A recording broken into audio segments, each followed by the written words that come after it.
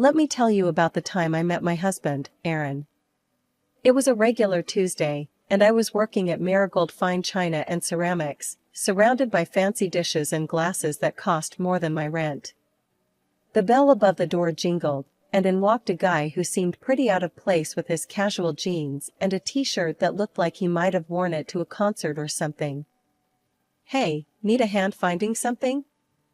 I asked, tucking a strand of hair behind my ear as I approached him.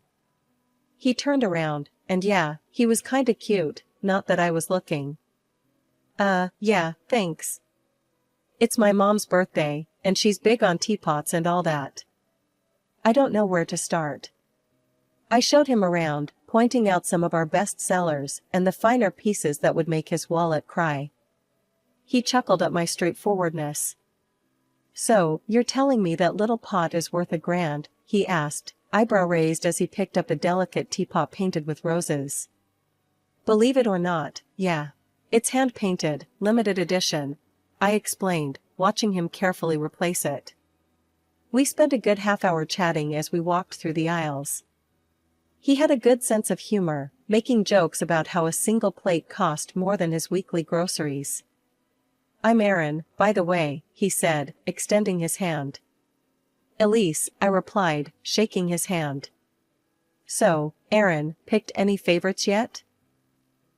He nodded towards a set with gold trim and a subtle floral pattern. "That one? It's beautiful, and I think my mom would love it."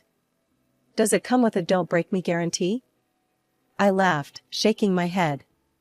"Afraid not. But it does come with a pretty fancy box." While I wrapped up his purchase, he glanced at his phone, then looked up at me.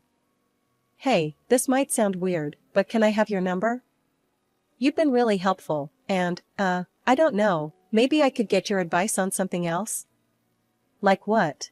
More teapots?" I joked, handing him his bag. "Or maybe just a cup of coffee," he countered with a smile. I wrote down my number, still thinking he was just being polite. Guys like him didn't really go for girls like me, ones who spent their days selling overpriced china to people who had too much money. But the next morning, he called. The coffee date with Aaron wasn't just coffee. Turned out, the guy had a knack for making me laugh, and before we knew it, we were grabbing dinner instead of just a caffeine fix. "So, Elise, tell me something. How does someone with a no-bullshit attitude end up selling fancy plates to rich folks?" Aaron asked as he sipped his coffee, watching me over the rim of his cup. I shrugged, poking at my salad. "Gotta pay the bills somehow. Plus, it's kind of fun watching people freak out over which set of plates will impress their snooty friends more." He laughed, that hearty kind of laugh that made you want to join in. "Fair enough. You're pretty down to earth. I like that." The conversation flowed as easily as the coffee. We talked about everything, movies, books, our crazy families. He shared stories about his job as an architect, and I told him about my dreams of maybe opening a little cafe someday. "Wait, you cook?" he asked, eyebrows raised. "More like I bake. Cupcakes, pies, you name it. My grandma taught me," I confessed. Damn, a baker and a plate expert? That's some combo. It felt good, you know?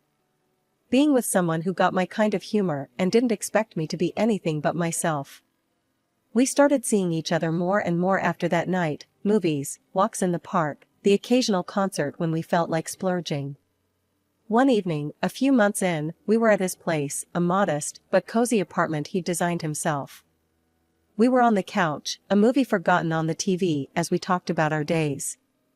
Today was nuts.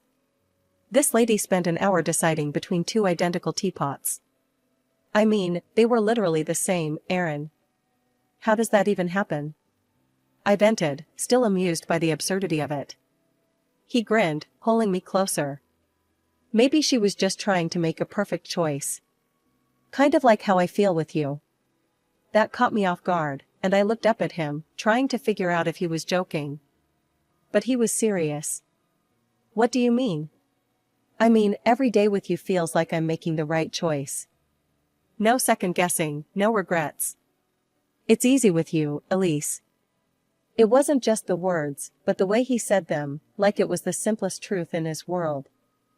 That night, we kissed for the first time, right there on that couch, and it felt like everything just clicked. Months flew by, and soon a year had passed. Aaron and I were inseparable, and I knew I was falling hard. It was on our first anniversary that he surprised me. We went back to the same coffee shop where we'd had our first date. "Elise, I've got something for you," he said, handing me a small, beautifully wrapped box. Inside was a key. I looked up at him, puzzled. "It's a key to my apartment. I want you to move in, if you're up for it," he explained, his eyes searching mine for any hint of hesitation. I didn't need to think twice. Yes, I'd love to. And just like that, we started a new chapter together. Life with Aaron was as natural as breathing. He never made me feel like just a girlfriend. I was his partner, his equal. We had our moments, sure, like any couple. But even when we argued, it was never long before one of us was cracking a joke, breaking the tension. He loved my baking, always praising even my most disastrous attempts. "Elise, you could burn water, and I'd still eat it," he'd tease, and I'd throw a dish towel at him, laughing. That's how it was with us. No pretenses, no drama, just two people who got each other, building a life together one day at a time. When Aaron proposed, it was simple, no big dramatic gesture, just us on the couch with a ring and him saying, "So, you want to make this official or what?" I laughed and said yes, 100 times yes. The wedding planning flew by, thanks mostly to his mom, Judy, who was a saint. She helped me pick out the dress, the flowers, everything. Aaron's dad, Mike, was seriously ill with cancer, but he was hell-bent on being there. "Wouldn't miss seeing you in that dress for the world," he joked with a wink that made me blush and laugh. The big day was a blur of smiles and tears. Mike, pale but smiling, managed to make it. Every moment felt like something out of a dream, except for Aaron's sister, Claire. She was there, all right, dressed to the nines, and looking like she'd rather be anywhere else. During the reception, I caught her eye, and she just rolled hers, whispering something to her husband who looked just as uncomfortable. It stung, but I wasn't about to let her ruin my day. After the wedding, things settled down. Or at least, they should have. I got on famously with Judy. We'd go shopping, walk around the neighborhood, or I'd just come over and help her around the house. It was during one of these days that Claire's true colors showed even brighter. One evening, we were all at Judy's for dinner. The house smelled like roast beef and the laughter was plenty, except from Claire who seemed to have her nose turned up at everything. "Elise, dear, can you pass the salt?" Judy asked, her smile warm. As I reached over, Claire muttered loud enough for just me to hear. "Still playing the doting daughter-in-law? Trying to butter her up for the will, are you?" I paused, my hand mid-air, then passed the salt to Judy. "I'm just here to help, Claire. You should try it sometime." She scoffed, sipping her wine. "I don't need to try anything. I'm not the one who came from a little shop, trying to play high society." Her words were like a slap, but I bit back the anger. Aaron squeezed my knee under the table, his way of saying he was there for me. Later, when Judy went to bed, Aaron confronted Claire. "What's your problem with Elise? She's done nothing but good for Mom." Claire's face hardened. "You're blind, Aaron. She's here for what she can get. That's what these people do." "These people?" I snapped, unable to hold back. "You mean people who work for a living?" "Yeah, I was a saleswoman. So what? At least I'm not pretending to be something I'm not." Aaron stood up, his chair scraping back. "That's enough, Claire. If you can't be civil, maybe you shouldn't come around as much." Claire stormed out, her husband trailing behind her, throwing apologetic glances our way. Aaron and I cleaned up in silence. The next few months were tough. Mike's health declined rapidly.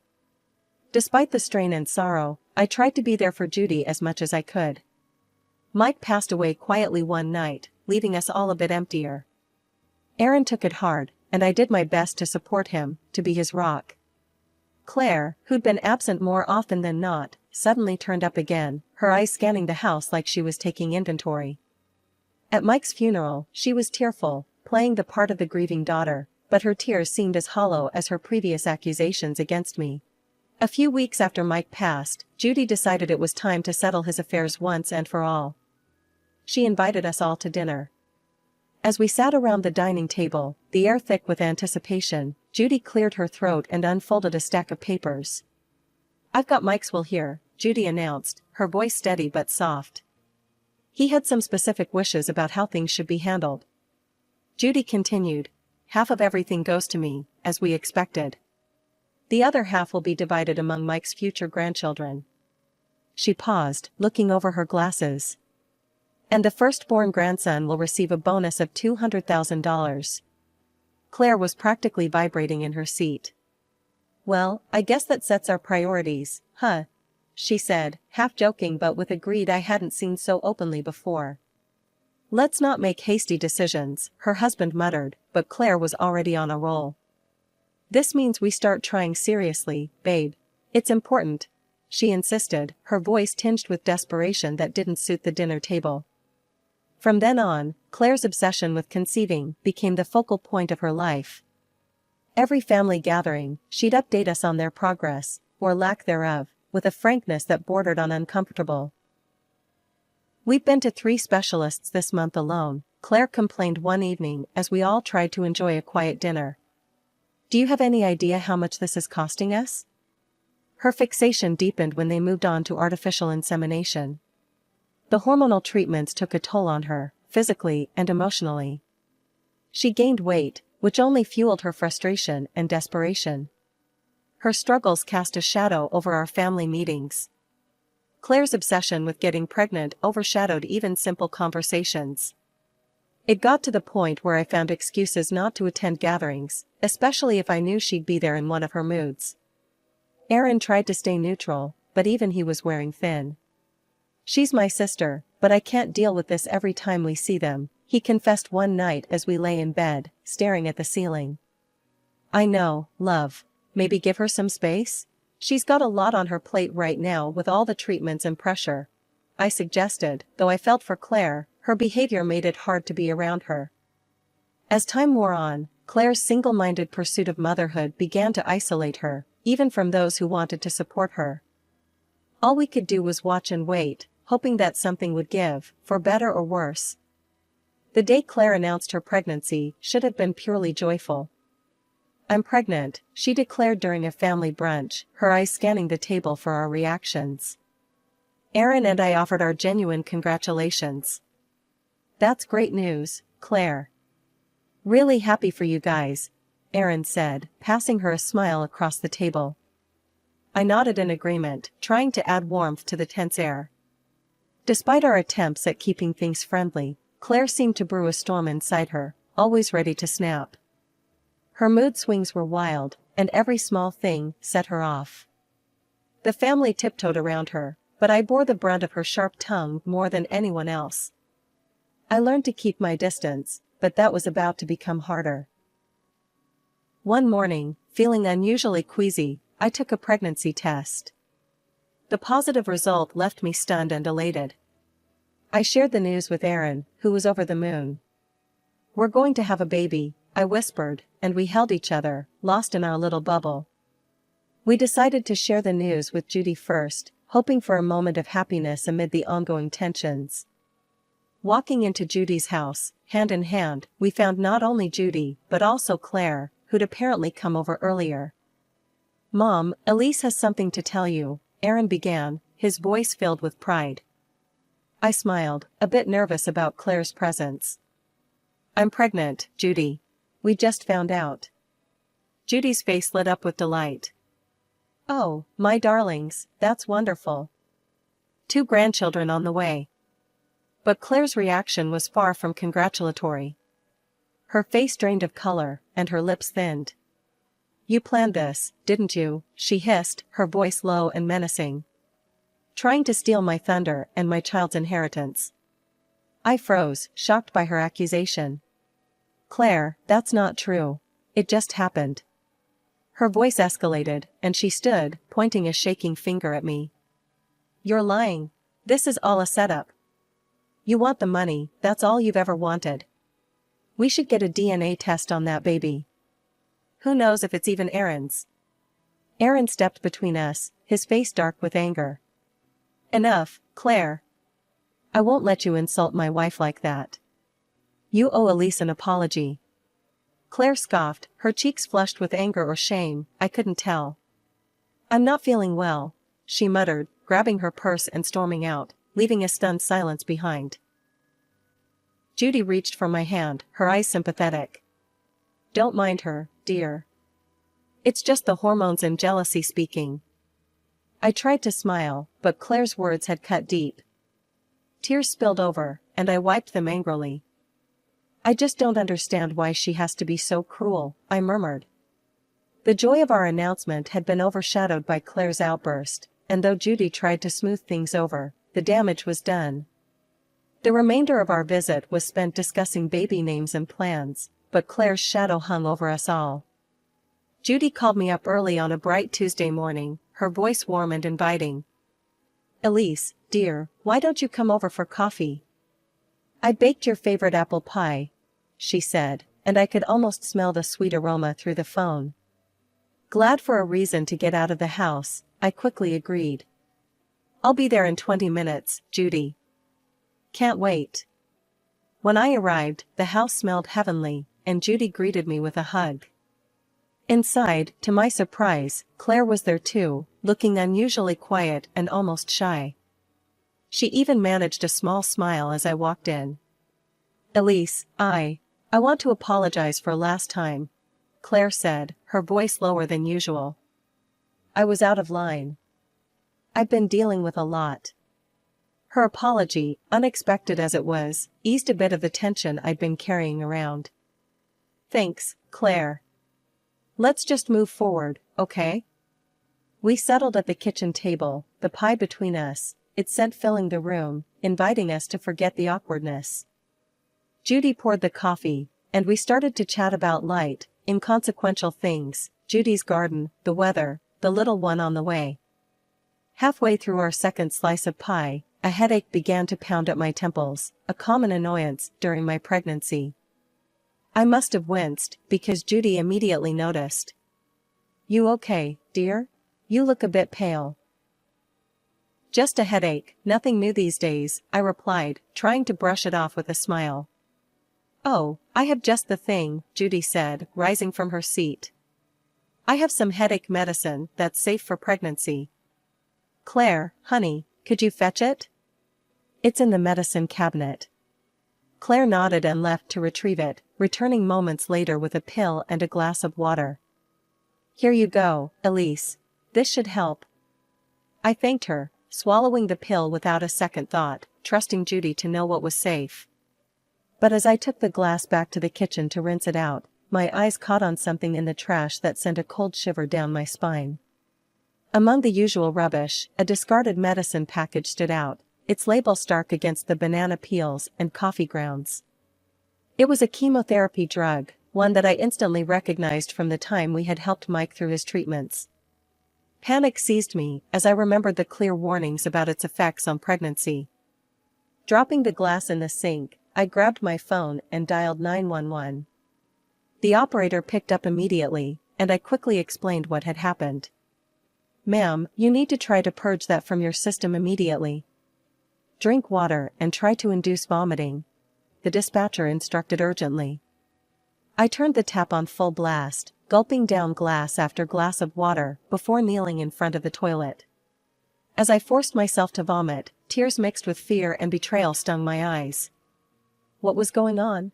How had this happened? My head was spinning, not just from the physical effort, but from the shock and betrayal I felt swirling inside me. When I finally managed to stagger out of the bathroom, the sight of Judy and Claire standing there, pale and confused, only intensified my feelings of unease. What on earth is going on, Elise? Judy's voice was filled with worry. Claire, on the other hand, looked like she was seeing a ghost, her face drained of all color. I found something in the trash, I managed to say between gasps. It was Mike's chemotherapy drugs. Claire, did you give me those? Before Claire could respond, I heard sirens outside. The EMTs burst through the door, their presence a small comfort in the chaos. As they started to check on me, I dialed Aaron's number with trembling fingers. "Aaron, I need you here," I choked out as soon as he answered. He was at my side within minutes, his face etched with concern. "What happened?" he demanded, looking from me to his sister and mother. I think Claire gave me something dangerous. Not just a headache pill. I found the chemo meds in the trash right after taking what she gave me," I explained hurriedly. Claire's reaction was immediate and defensive. "You're being dramatic, Elise. I just gave you what Mom told me to. Why would I do something to hurt you?" But her words didn't sit right with anyone, not with the evidence of the discarded medication packaging that was strictly for cancer treatment. Judy, struggling to keep up, finally said, "I told her to give you paracetamol, I swear." "Claire, please tell me you didn't. Why are we even discussing this? She's just trying to get attention."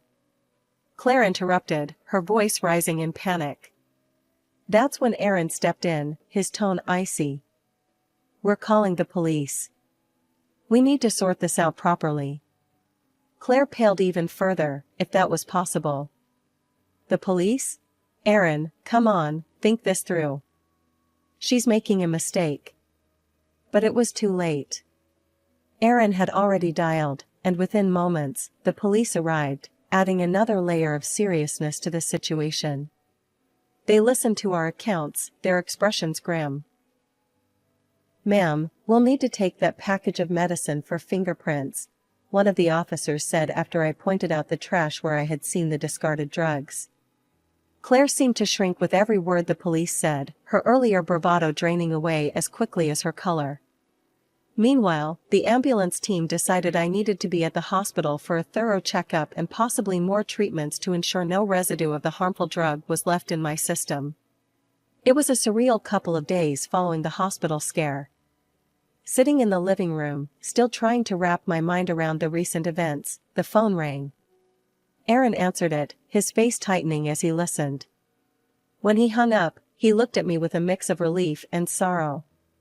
"They arrested Claire," he said quietly. "Her fingerprints were all over the medication package." I felt a chill run down my spine. "What did she say?" "She claimed she'd touched those meds before, just moving them around in Dad's room," Aaron continued, rubbing his forehead in frustration. "But Mom told the police that wasn't possible. She said those meds were kept in a locked cabinet ever since Dad got sicker. Claire never had access until that day." A few days later, we found ourselves in a courtroom, the air thick with tension. Claire looked pale, her eyes darting around nervously. During the trial, the truth spilled out in the ugliest of ways. Under the pressure, Claire confessed.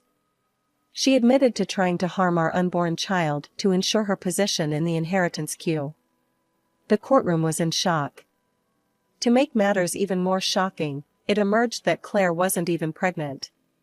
She had fooled everyone with a prosthetic belly, plotting to eventually adopt a child from another state to pass off as her own. Her deception ran deep, and even her husband was kept in the dark, told that their non-existent intimate life during her pregnancy was to protect the baby. Thankfully, the doctors confirmed that my quick actions had prevented any harm to our baby. Claire was found guilty and sentenced to 3 years in prison. Judy, with tears in her eyes, requested the court to adjust Mike's will, cutting Claire out completely. The judge agreed, and just like that, Claire's ties to her father's legacy were severed. Her husband, unable to stomach her betrayal, filed for divorce. Even Judy, who had always tried to see the best in her daughter, couldn't find it in herself to forgive Claire's actions. Months later, our lives took a happier turn. I gave birth to a healthy, beautiful boy, who had my eyes and Aaron's smile. He was our miracle after a storm, a sign that life could indeed be beautiful. According to Mike's will, he received the promised $200,000, which we decided to save for his education. One morning, sitting back, I watched our son play, his laughter filling the room, a stark contrast to the darkness we had faced.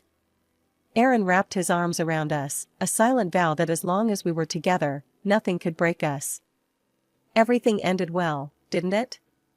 I murmured, leaning back against him. "It did," he confirmed, kissing the top of my head. "It really did." And in that moment, I knew that no matter what came our way, the love of our little family would always be our strength. We had weathered the storm, and now it was time to enjoy the calm,